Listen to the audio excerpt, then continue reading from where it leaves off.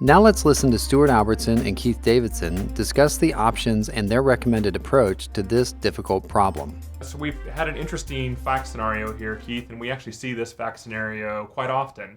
It comes in different flavors, but it's the same one over and over again. You have two siblings. One sibling stays at home and takes care of dad towards the end of dad's life, and lo and behold, that sibling ends up getting the majority of the trust assets. The thing that I thought was interesting here was that this estate plan, the last one that was done, the amendment was done really well, if you think about it, because of the no contest clause and the gift of $250,000. Did you see that the same way I do? Yeah, I think that's right. So, in other words, they gave this beneficiary something to lose, something significant to lose, because $250,000 is a lot of money. And then they put in a tough no contest clause. So, what they're hoping for probably is that they'll take the money and go home, right? Okay, and not to get too far afield here on no contest clauses, but we had a good opponent of ours write an article in a recent publication bragging about the fact that no contest clauses are back and they're strong and you better watch out for them. How scary are these no contest clauses under the current legislation in California? Well, not very, because there's a huge out for no contest clauses, and that is if you have probable cause. And so you're coming in, and 99.9% of cases when people are contesting trusts, I mean, we wouldn't take a case and file it if we didn't think that there was something there worth contesting. It wouldn't be worth filing in the first place. So that means that in at least all of our cases, there is probable cause for our filing. That doesn't mean we're going to win. We may lose, but under current no contest clause law, you can file and lose, and if you had probable cause to contest that document, you still are not triggering the no contest clause. So I did want to talk to you about your choice of a financial elder abuse, and it seems like this is a hot topic now in California, at least it is right now, about who has the ability to bring one of these lawsuits. We lawyers, we call that standing. Can you talk to us a few minutes about your thoughts on that?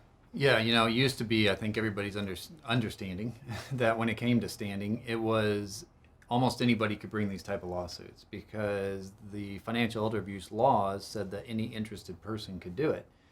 And so we took that to mean, well, interested people are, children, heirs at law, beneficiaries of trust. It's very wide.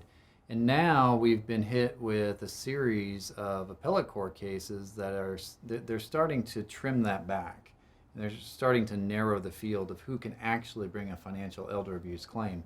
And in a lot of ways, I think it's unfortunate because I think the whole purpose of having a broad field of people who could file was meant to protect elders, because elders, especially when they're being abused, they can't protect themselves, and sometimes their caregiver or their agent under a power of attorney, or their trustee, these are the people who are doing the abusing. So of course they're not going to take action.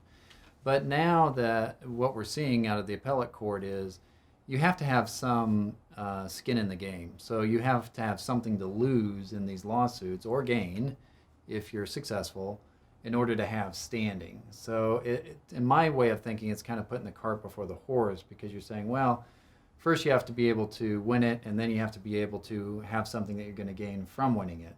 Even though the lawsuit's not about me, the individual who's bringing it, it's about the elder. The person bringing it still has to have something to win or lose in order to have standing. So, okay, let's tie that into this case. Do we have a client that would have standing to bring this financial elder abuse lawsuit that you have chosen against Bernice?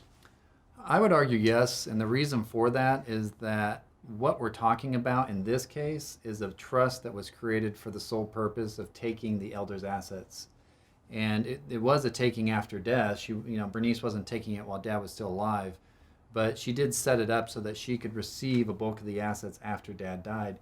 And our client would definitely lose in that scenario. There's definitely something to lose or something to gain by the actions that we're taking. And so for that reason, I think that we would have standing to bring financial elder abuse lawsuit in this case. What are your thoughts?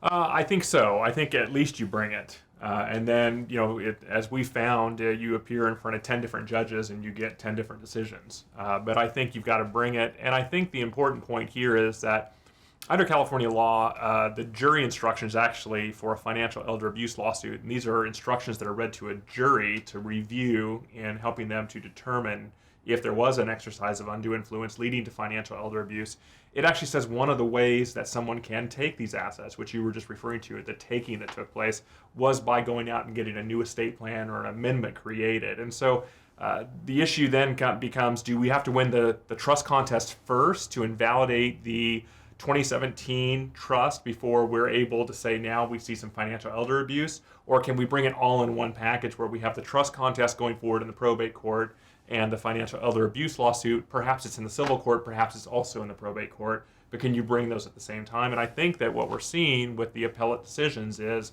that they're narrowing that, and you may have to be able to show that you have your skin in the game is affected, and it's affected more than just a few $1,000s. It's got to be a significant amount before the court will find you have standing, right? Well, I think that your analysis was good in this case. I think contacting Bernice would have been a waste of time, and filing the trust contest, getting the financial elder abuse on file.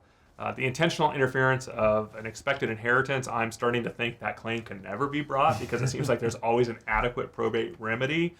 Suppose it can be brought under some circumstances, and if we ever are able to do that, we can make a video on that. Yeah. And then doing nothing, while that's something we always tell people they should consider, in this case, the loss is significant. We're talking, $1.5 million or so. And the $250,000 gift that's currently there is a far cry from what Dad intended for our potential client to get. And so I think that she can bring the trust contest, and I think there's a high percentage chance that the no contest clause is not going to be used against her, and she's going to forfeit what she would get under the trust. Let's say the attorney who created the original plan went ahead and created the amendment that gave almost everything to Bernice. Now, would you still be in favor of filing all these lawsuits, or do you think do nothing would gain a little bit more of an important decision in your mind? And that would be something where you'd have to tell the client this is a problem, because if you have the same attorney that's a long-standing relationship with the decedent in this case, that testimony is to be given great weight at the time of trial. And so I think what the client has to come to grips with is, are they willing to risk the $250,000 for the bigger payday down the road, which appears that Dad did intend that at some point, but since he's using the same attorney, that's a problem. If we go back to the facts as you originally have them, here the original attorney declined to do that, the subsequent amendment, and I think that fact alone is enough to keep the no contest clause from being applied against the client. All right, last question for you. If this case walks in 10 times in the office, how many of them do you win? How many of them do you lose? Well, I guess define win. I mean, if you're saying, of these that actually go to trial, how many are you going to win? You probably have maybe a 50-50 shot. So half of them will win, half of them will lose if you go to trial. Keeping in mind that in today's world, on most civil cases, they don't go to trial. The win is in finding a really advantageous settlement somewhere along the way. And if you define that as a win, then you're probably going to win, 80% of the time. Yeah, I think 8 out of 10 is a fair representation. I think these are very strong facts. We don't always have the luxury of these kind of facts. Every once in a while we do, and I think they're easier cases to handle. But I think clients can appreciate on both sides that in civil cases, 95, 97% of cases end up settling. Now, that doesn't mean you always settle 50-50, but there is a settlement that is found out there. But with these facts, I think that you increase your chances of getting a reasonably fair settlement. If not, I personally would be happy to take this kind of a case to trial because I like the facts. I like the ability to show, put the original attorney up on the stand and explain how they met with the decedent. The decedent expressed a strong belief that they wanted to share their assets equally between the two children, and then get into how is it that this Bernice approached you, and why is it that you declined to do the First Amendment? I think those are very strong facts. Yeah, definitely be a strong case.